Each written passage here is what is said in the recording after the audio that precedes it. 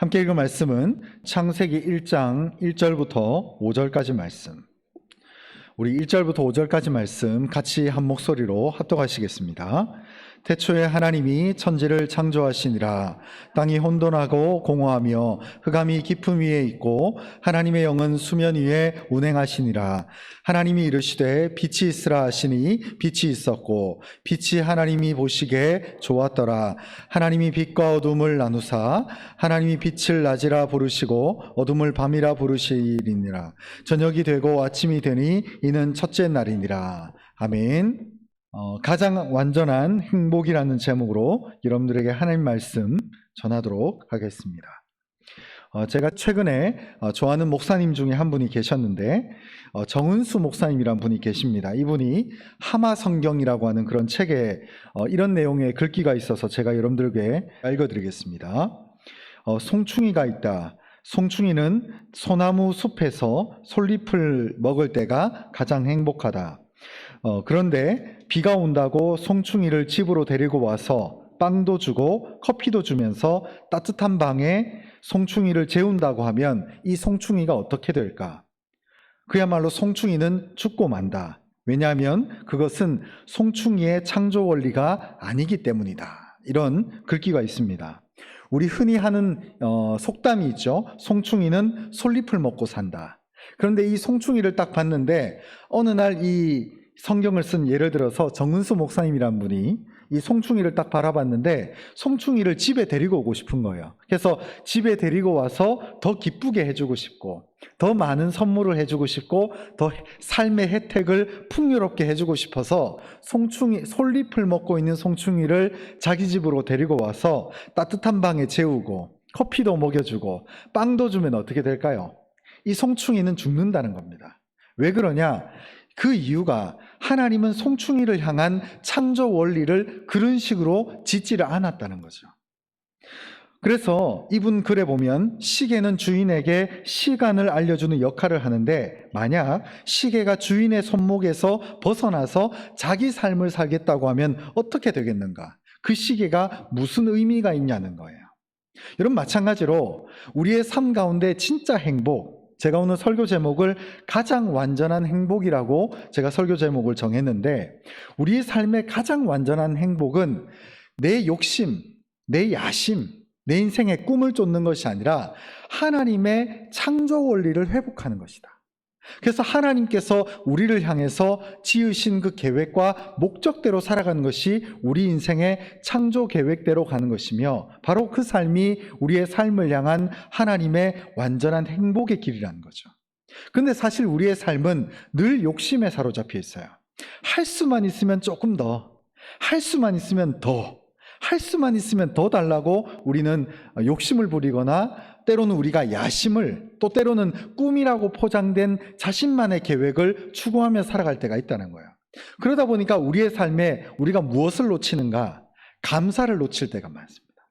만족을 놓칠 때가 많다는 거예요. 내게 주어진 것이 얼마나 감사한 것인지를 모른 채 이 내 삶에 주어진 것을 상실해버리고 잃어버리고 난 다음에야 우리는 비로소 그 전에 누렸던 것이 내게 아름다운 것이었구나 라는 것을 깨닫게 된다는 것이죠. 왜 그런 말 있지 않습니까? 작년까지 꽤 유행을 했었는데 꽃이 지고 나서야 봄인 줄 알았습니다. 꽃이 있을 땐 몰라요. 저 꽃은 늘 저 옆에 피어져 있고 늘 언제든지 집에서 문을 열고 나가면 존재하는 것이 꽃이라고 생각을 했습니다. 그런데 막상 그 꽃을 잃어버리고 나니까 어떻죠? 그 꽃을 잃어버리고 나서 땅에서 온통 꽃이 떨어지고 나니까 그제서야 추운 계절이 우리에게 온다는 것을 우리가 비로소 발견하게 된다는 거죠. 그래서 우리 믿는 자에게 있어서 가장 중요한 것은 내 야심, 허황된 꿈을 쫓는 것이 아니라 하나님이 우리 인생을 향해서 무엇을 계획해 놓으셨는가, 하나님이 우리 인생을 향해서 무엇을 약속해 놓으셨는가를 묵상하는 것이 너무나 중요하다는 것입니다. 여러분, 우리의 삶을 한번 돌아보면 우리는 솔직히 얘기하면은 사실 우리의 삶이라고 하는 것이 돈에 울고 돈에 웃습니다. 그게 우리의 삶이에요. 그래서 이 돈이 우리로 하여금 웃게 하지만 이 돈으로 하여금 울게 합니다. 그것이 바로 돈에 의해서 좌지우지되는 우리의 삶이라는 거예요. 근데 더 놀라운 사실은 돈이 어느 정도 많으면 우리의 삶이 이제 이만하면 됐다 라고 생각하고 만족하거나 한계 지점이라는 게 존재해야 되는데, 여러분, 돈 많은 사람들, 우리의 삶에 돈이 어느 정도 있어서 만족하시는 분 혹시 보신 적 있나요? 저는 한 사람도 못 봤습니다. 돈이 많으면 더 높은 야심, 돈이 작아도 돈이 더 많기를 바라는 인간적인 야심이 사람 속에 있다는 거예요. 그래서 이런 자들의 삶일수록 삶에 만족은 없고 언제나 불안정하고 언제나 어떤 욕심에 사로잡혀 있고, 그래서 삶이 쉽지 않고 쉬지 못하는 삶을 살아가게 된다는 것이죠. 그래서 이 인생이 하나님이 없는 삶을 전도서 2장 말씀은 뭐라고 얘기를 했느냐? 전도서 2장 23절에 이렇게 말하고 있습니다.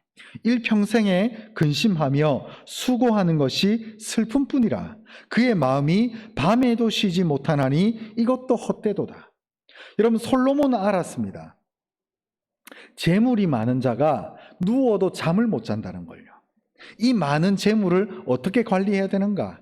이 많은 권력과 힘을 어떻게 내년에도 유지해 나갈 수 있는가로 인해서 잠을 못 잔다는 거예요. 결국 그것은 인생이라고 하는 것이 돈으로는 만족함이 없다는 것을 우리가 알 수 있는 대목이라는 것입니다. 자, 그러면 우리 믿는 자의 삶이 돈을 쫓는 것이 아니라 무엇을 쫓아야 되며, 우리 믿는 자의 삶이 어떤 것을 지향해 나가야 될 것인지를 고민하며 생각해 볼 필요가 있다는 것을 우리가 알 수 있게 된다는 거죠. 자, 그러면 사람은 언제 만족하는가? 제가 미리 결론의 말씀을 드린다면 바로 그것은 우리가 하나님의 뜻대로 살 때, 그리고 아까 제가 말씀드린 대로 하나님께서 우리를 향해서 창세전에 지으시고 창세전에 우리를 만드신 계획대로 우리가 살아갈 때 인생은 만족한다는 것입니다. 시편 23편 1절부터 3절까지 말씀을 우리 같이 한번 읽겠습니다. 시작. 여호와는 나의 목자시니 내게 부족함이 없으리로다. 그가 나를 푸른 풀밭에 누이시며 쉴만한 물가로 인도하시는도다. 내 영혼을 소생시키시고 자기 이름을 위하여 의의 길로 인도하시는도다. 아멘. 성경에서 보면 모자람을 느낄 수 없는 그런 성경 말씀 중에 한 장을 찾으라면 시편 23편입니다. 시편 23편은 일말의 모자람도 느껴지질 않아요. 1절에 한번 보시면 여호와는 나의 목자시니 내게 부족함이 없으리로다. 여러분, 여기 나와 있는 이 시편 23편을 쓴 다윗은 돈이 많아서 지금 자기에게 부족함이 없다고 말하는 것이 아닙니다. 여호와가 나의 목자니까 내게 부족함이 없다는 거예요. 이것은 지금 다윗 자체가 하나님이 자기를 향해서 어떤 창조의 원리를 가지고 자기네 삶을 이끌고 있는지를 다윗은 깨달았다는 거예요. 여러분, 우리의 삶에 만족함이 생기고 부족함이 없는 시점은 언제인가? 하나님이 나의 목자일 때 부족함이 사라진다는 거예요. 여러분, 이 시편 23편은 단순히 다윗이 기분이 좋아서 혹은 하나님께 그냥 막연하게 뱉는 그런 구절들이 아닙니다. 삶의 놀라운 성찰로 인해서 그가 뱉어내는 이 가사의 내용들이 하나의 성경 구절이 된 거예요. 여러분, 우리의 삶의 만족함은 여호와가 나의 목자일 때 가능합니다. 여러분, 수요예배를 유튜브로 보시거나 수요예배에 참석하시는 분들은 아시겠지만 하나님은 창세기 12장 초반부에 보면 아브라함을 향해서 약속의 땅을 허락해 주셨어요. 내가 너에게 지시할 땅으로 가라. 그래서 그 지시할 땅이 가나안 땅이었고 가나안 땅으로 여차저차해서 이동을 해서 그곳에 뿌리를 내렸습니다. 그런데 공교롭게도 사람의 눈으로 봤을 때는 먹고 살기가 어렵다고 판단할 만큼의 기근이 찾아와 버렸어요. 그래서 이 아브라함이 약속의 땅에 왔는데 기근이 온 거예요. 너무 당황스럽잖아요. 하나님이 나를 지시할 땅으로 가라고 해서 왔는데 그 약속의 땅에 와서 보니까 얼마 지나지 않아서 기근이 와버린 거예요. 그러다 보니까 당황을 해서 하나님께 묻지도 따지지도 않고 어디로 갔느냐? 저 남쪽 아래인 애굽 땅, 그야말로 그 당시에는 오늘날 미국처럼 굉장히 경제적인 부를 이루고 있는 그 애굽 땅으로 내려갔습니다. 근데 그 애굽 땅에 내려가서 기근을 피하려고 내려갔는데 삶의 결정타를 입은 거예요. 그래서 아브라함은 하나님과 함께하면 다 될 줄 알았는데 하나님의 약속의 말씀을 어기고 하나님께 묻지도 않고 자기 임의대로 행동을 했다가 불협화음을 받습니다. 예상치 못한 어려움을 경험했고 멀쩡한 자기 아내를 누이라고 속여야 할 만큼 목숨의 위협을 느꼈습니다. 그리고 나서 거기서 소위 말하는 식겁을 한 다음에 다시 가나안 땅으로 돌아와서 하나님께 다시 제단을 쌓고 이제는 하나님의 뜻대로 살겠다. 이제는 내가 하나님을 나의 목자로 붙들면서 하나님이 인도하신 대로 내가 가겠다라고 고백을 합니다. 그리고 나서 어떤 사건이 벌어졌느냐? 그 다음 장인 창세기 13장에 보면 조카 롯과 아브라함이 동과 서로 나뉘는 부분이 있습니다. 그러나 그 전까지 통상적으로는 조카 롯은 말 그대로 조카고 자기는 삼촌이잖아요. 그러면 삼촌이 더 우선권을 가지고 있기 때문에 동과 서로 나눌 때 더 풍요로운 땅, 더 좋은 땅으로 선택할 수 있는 우선권이 있습니다. 근데 아브라함이 전장인 창세기 12장에서 애굽 땅을 갔다 왔단 말이죠.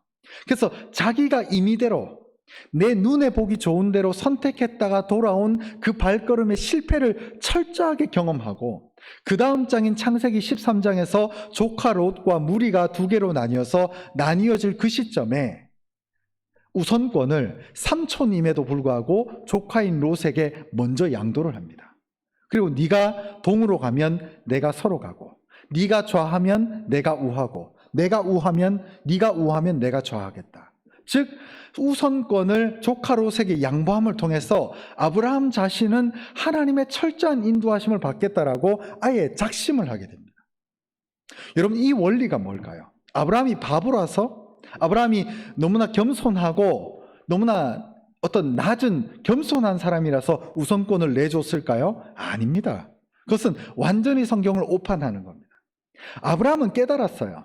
그 전장에서 자기 눈에 보기 좋은 대로 임의로 무언가를 옮기고 하나님의 응답이 없이 행했다가 어떤 역풍을 맞고 자기의 삶 가운데 결코 이렇게 사는 것이 하나님의 방식이 아니구나 라는 것을 깨닫고 그는 그 다음 장에 우선권을 포기할 수 있었습니다. 그리고 나서 자기는 그 10년 마음의 깊은 곳에서 하나님만을 의지해야 되겠다. 즉 여기 나오는 시편 23편 1절 말씀대로 하나님이 나의 진짜 목자가 되셔야만 내 삶에 진짜 부족함이 없겠구나라는 것을 철저하게 깨달았습니다. 여러분, 아브라함은 바보가 아닙니다. 여러분, 조카 롯이 선택한 그 소돔과 고모라 땅은 육신의 안목으로 바라볼 때에 여호와의 동산처럼 풍요로웠습니다.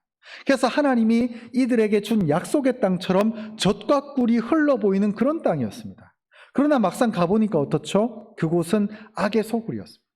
그래서 창세기 내내, 아니 성경이 창세기에서부터 계시록까지 내내 우리에게 하는 얘기는 육신의 안목을 쫓지 마라. 네 소견에 옳은 대로 하지 마라. 하나님이 보여주는 대로 가라. 하나님이 나의 목자시다 라고 하는 것을 성경은 명확하게 우리의 삶 가운데 말하고 있다는 것입니다.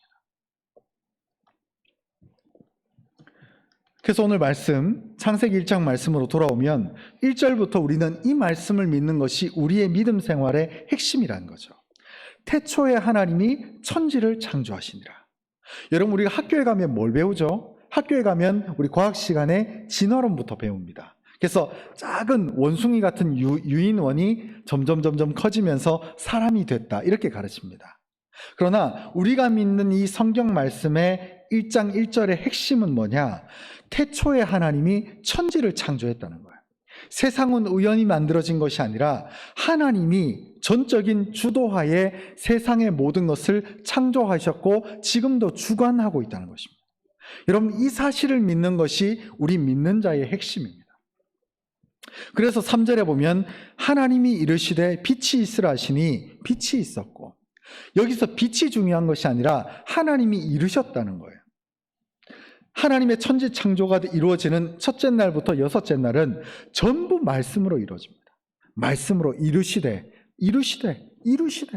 그래서 말씀을 통해서 만들어 가시고 말씀을 통해서 주관하시며 그 말씀 가운데 하나님의 계획과 철저한 약속이 그 창조되는 피조물들 가운데 이루어지고 있다는 거예요. 자, 그러면 우리 믿는 자의 근본은 이 창조의 역사를 믿는 겁니다. 여러분, 세상에서 진화를 믿는 사람들은 어떻습니까? 진화는 사람이 진화되어져 간다는 거예요. 그래서 시대는 자꾸 발전되어져 가고 자꾸 시대의 빠른 속도에 의해서 우리는 조급함을 느끼는 것이 진화의 삶의 결을 따르는 삶입니다.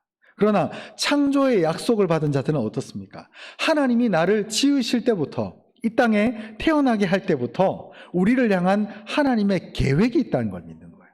그 약속을 우리가 추구하는 겁니다. 여러분, 우리의 삶에 예수를 믿으면서 자꾸 만족이 없고 자꾸 밤에 잠을 못 이루고 자꾸 염려에 휩싸인다면 우리는 창세기 1장 1절로 돌아와야 됩니다. 그래서 돌아와서 지금 내가 뭐 때문에 염려하는가? 이 근심이 하나님이 나에게 준 근심일까? 내가 지금 염려하고 두려워하는 것이 혹은 성경에서 말하는 것처럼 이방인이 구하는 것으로 인해서 내가 지금 염려하고 근심하는 것은 아닐까를 질문해 볼 필요가 있어요. 여러분, 하나님은 우리를 지으실 때부터 계획을 가지고 지으셨습니다. 우리를 향한 하나님의 약속, 이 땅에서 왜 태어나게 하셨을까? 무슨 목적으로 우리가 태어나게 하셨을까? 단순히 그저 태어날 때 응애하고 태어나서 죽을 때에 한 줌 흙이 되라고 우리를 지으셨을까? 저는 아니라고 봅니다. 그것은 생물학적인 진화론의 관점이지 창조의 하나님의 창조 법칙의 계획이 아닙니다.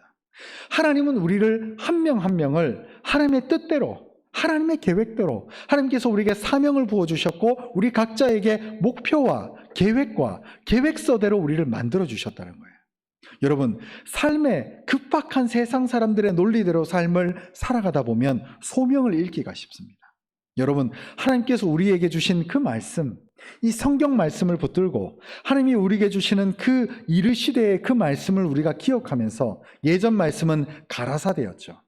하나님께서 우리에게 말씀하시는 그 내용을 통해서 우리가 소명을 발견하고 빛이신 주님을 날마다 묵상할 수 있었으면 좋겠습니다. 여러분, 4절에 한번 보십시오. 빛이 하나님이 보시기에 좋았더라. 하나님의 말씀대로 뭔가가 이루어지시니까 하나님이 보시기에 너무 좋았다라는 거예요. 하나님을 만족해 하는 삶의 결, 하나님을 만족해 하며 하나님을 기쁘게 하는 삶이 우리의 삶의 최고의 목적이며 1등 되는 삶의 지향점이라는 거예요.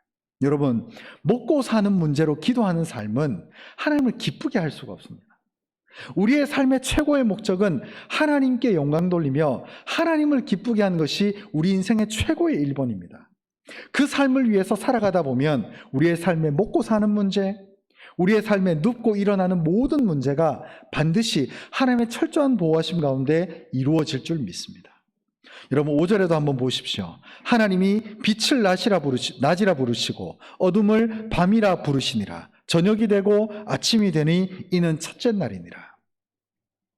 아이들을 키우시는 분들은 아시겠지만 방송에 보면 오은영 선생님이 이렇게 인도하는 금쪽 같은 내 자녀 그런 방송이 있습니다. 거기 보면 이제 어떤 부부가 이렇게 우연히, 저도 어제 밥을 먹다가 나오는데 애를 키우는데 아이가 3남매예요. 3남매고 이제 부모가 나오는데 부모가 나이가 좀 젊습니다. 젊은데 이 세 아이를 키우는데 하필 이 아버지가 이제 몇 교대 일을 하는 일이라서 낮에도 잠을 자야 돼요. 근데 애들이 유독 잠기가 이렇게 예민하다 보니까 금방 누웠다가 금방 깨요. 그래서 소위 말하는 저도 그런 용어가 좀 생소한데 통잠을 못 잔다는 거예요. 밤에 누웠다가 아침까지 중간에 안 깨고 자는 통잠을 못 잔다고 얘기를 하더라고요. 그래서 그 아빠가 굉장히 힘들어요. 애들은 눕자마자 응애 울어버리고 또 애정을 자꾸 갈구하니까 자꾸 이제 목이 마르지도 않은데 애들이 목마르다고 자꾸 밤에 엄마도 깨우고 아빠도 깨우는 거예요. 그래서 계속 이 가정이 어려움을 당하고 있다가 한 솔루션을 이 오은영 선생님이란 분이 이 가정에 하나를 해주는데, 가만히 이 집에 있는 VCR을 쳐다보니까 이상한 게 하나가 발견이 되는 거예요. 그게 뭐냐면은 이 집이 하루 종일 뭘 하냐면은 커튼을 치고 있다는 거예요. 그래서 애들이 하도 잠기가 밝고 예민하니까 계속 커튼을 쳐 있고, 또 유독 아빠가 교대 근무를 하다 보니까 낮에 잠을 자야 되니까 집이 하루 종일 커튼을 치고 있는 거예요. 그래서 그 오은영 선생님이 한 솔루션 중에 하나가 뭐냐면 낮에는 커튼을 제끼라는 거예요. 왜? 그래야 애들이 낮인 줄 안다는 거예요. 그래서 애들 입장에서는 아침에도 커튼이 쳐 있고 밤에도 커튼이 쳐 있으니까 이게 밤인지 낮인지를 모른다는 거죠.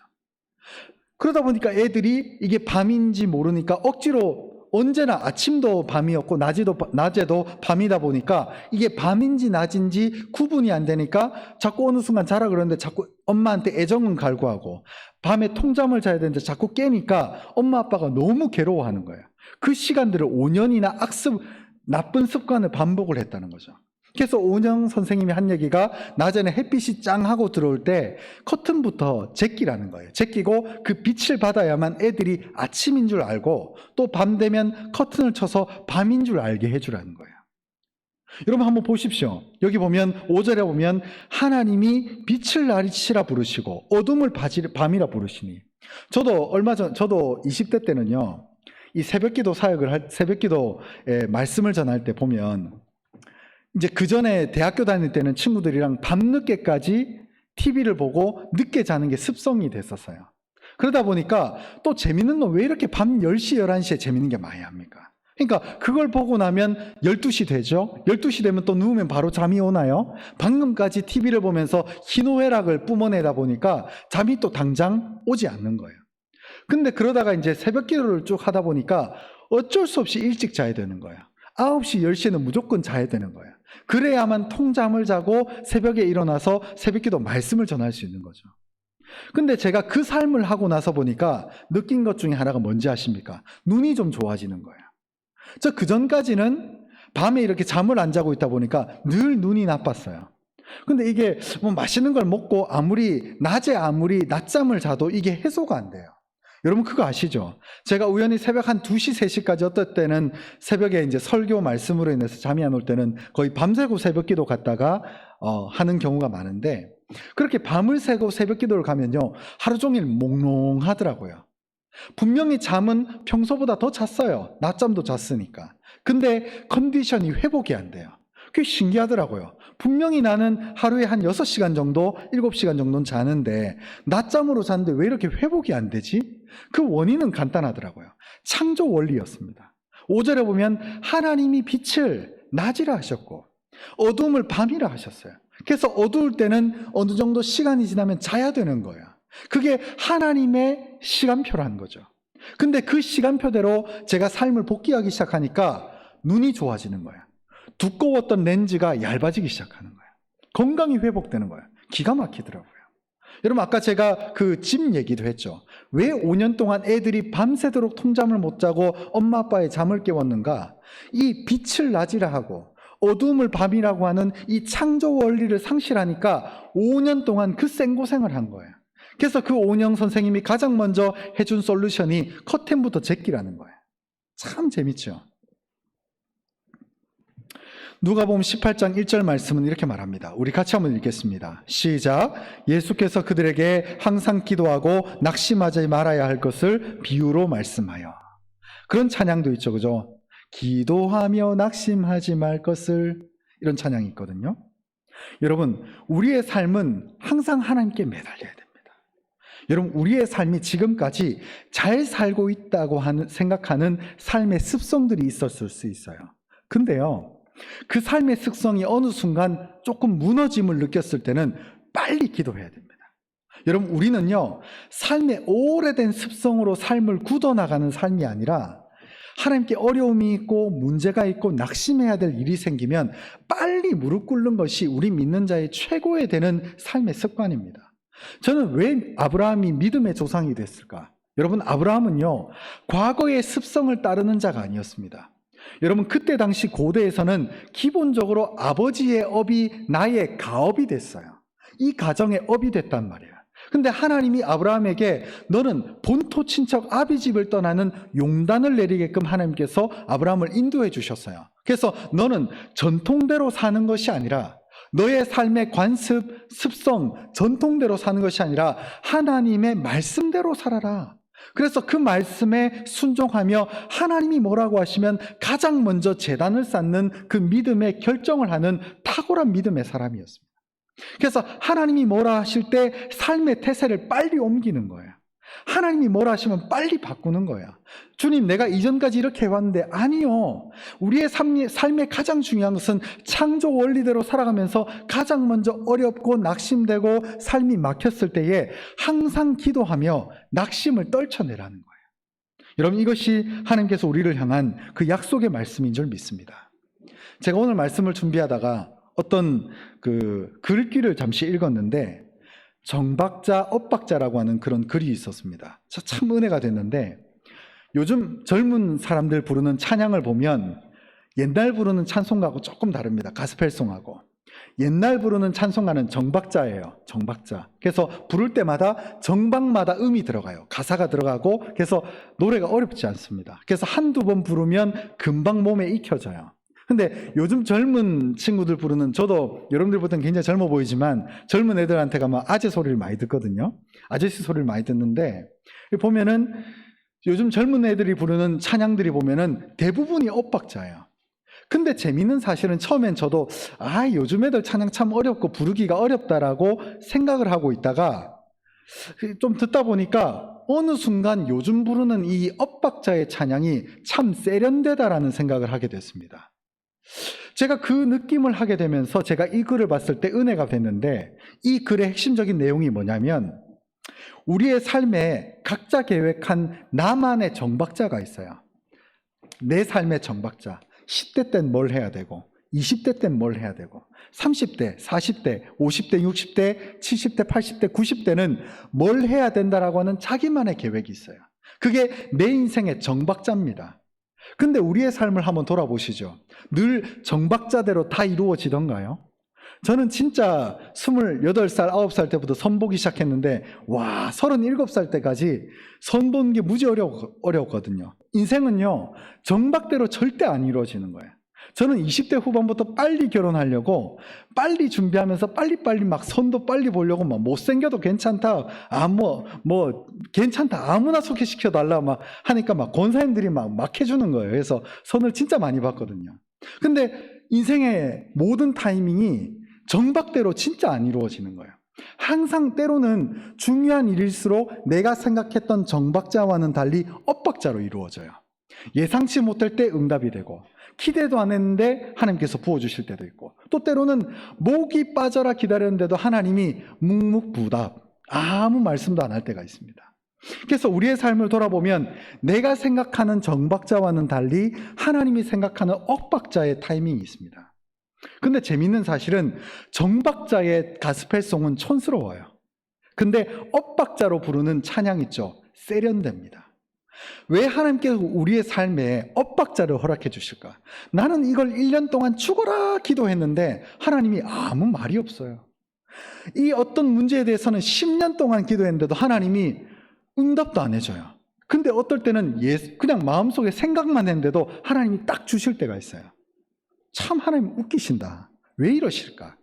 근데 하나님은 이 엇박자의 세련됨을 아시는 분인 것 같아요. 하나님은 우리가 생각하는 대로 늘 만들어주시진 않습니다.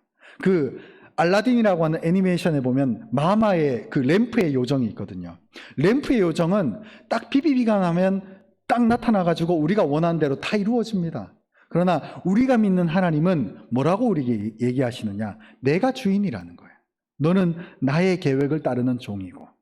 자, 그래서 우리 인생 가운데 아까 시편 23편 1절 말씀처럼 하나님이 나의 목자가 되시고 주인이 되실 때 우리의 삶에 비로소 만족함이 생기는 것이고 부족함이 없게 되는 거예요. 여러분, 내가 주인이 되면 솔직히 만족함이 하나도 없어요. 여러분, 내가 원하는 대로 늘 이루어진다? 여러분, 하나님이 믿어지질 않아요. 제 주변의 사람은 대부분 예수를 믿습니다만 저희 안에 친구 가운데 보면 예수를 안 믿는 제 안에 친구들, 지인들이 있어요. 근데 누구라고 말할 수는 없습니다만 그 친구 중에 누가 얼굴이 어릴 때부터 연예인처럼 예뻤대요. 중고등학교 때 친구인데 키도 굉장히 크고 무리 중에서 얼굴도 예뻐요. 그리고 그 아이가 생각하는, 그 친구가 생각하는 원하는 대로 삶의 모든 게 다 이루어지는 것처럼 저희 아내가 실제로 바라보고 있거든요. 근데 그 친구의 심각한 문제가 뭔지 아십니까? 하나님을 모른다는 거예요. 심각한 문제. 그러니까 그 친구는 얼굴도 예뻐요. 그리고 하는 일마다 다 잘 돼요. 남편도 잘 만났어요. 하는 게 전부 잘 돼요. 근데 재미있는 사실은 인생이 정박대로 흘러가니까 하나님을 찾는 타이밍을 잡질 못해요. 그러니까 걱정돼요. 오히려 저는 내 인생의 기도가 안 이루어지고 인생의 고난과 시련이 있는 게 축복 같다. 인생의 뜻이 내 인생의 정박대로 딱딱딱 다 이루어지면 하나님을 찾는 구석이 하나도 없잖아요. 여러분 교회도 한번 보십시오. 삶의 위기를 경험하면 새벽기도 옵니다. 여러분 인생의 목이 마르면 수혜배를 와요. 근데 삶이 무탈하고 원한 대로 다 이루어지고 아무리 나쁜 짓을 해도 돈이 막 생겨나면 그 사람 하나님 안 찾습니다. 절대 안 찾습니다. 여러분 예수 믿는 우리는 엇박자의 은혜가 있다는 것을 믿으시기 바랍니다. 그래서 내가 힘들게 간구하고 기도했을 그때에 그 어느 정점에 하나님의 응답이 딱 이루어졌을 때 하나님의 역사가 거기서부터 시작되는 거예요. 여러분 내 인생이 엇박자라고 한탄하지 마십시오. 내 인생이 뭔가 타이밍이 안 맞는다고 생각하는 바로 그곳에 은혜의 자리가 임합니다. 여러분 이 엇박자의 삶을 감사하시기 바랍니다. 그리고 우리의 삶은 창조의 원리를 회복하셔야 돼요. 내 인생의 주인이 나였다면, 그래서 내 인생을 내가 꾸려가고 내 가정을 내가 마음대로 하고 내 인생의 생각과 판단을 내 스스로 했다면 그거 내려놓으셔야 돼요. 하나님이 나의 주인이 될 때, 하나님이 나의 목자가 될 때에 비로소 만족함이 생기는 것이고, 비로소 하나님이 나의 주인이 될 때에 내 인생에 부족함이 없게 되는 줄 믿습니다. 이 은혜를 누릴 수 있는 오늘 하루와 또 남아있는 오늘 하루의 삶이 될 수 있었으면 좋겠습니다.